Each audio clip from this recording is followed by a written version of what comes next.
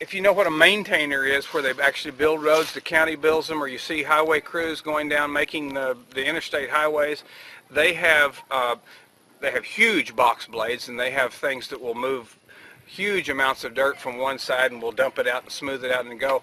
But they have what's called a maintainer that has wheels way out front and wheels way out back and a very wide blade, and they will move stuff over, and they will just simply move stuff back and forth. And that's massive, huge equipment for making huge highways. I'm talking about just a little road there. I found the box blade to be more efficient for my needs than a blade like this, which would actually move the gravel out of the way. I wanted to be certain that I kept it in the confines of the road base rather than letting it just go anywhere that it wanted to go.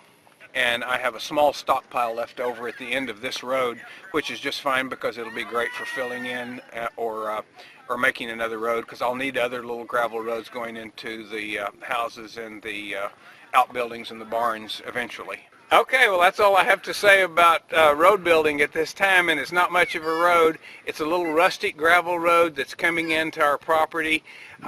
It's only wide enough for one car at a time. Somebody else would have to get out of the way. I'm not talking about building a highway. If you want to build a highway, you need to go to the experts and let them build it.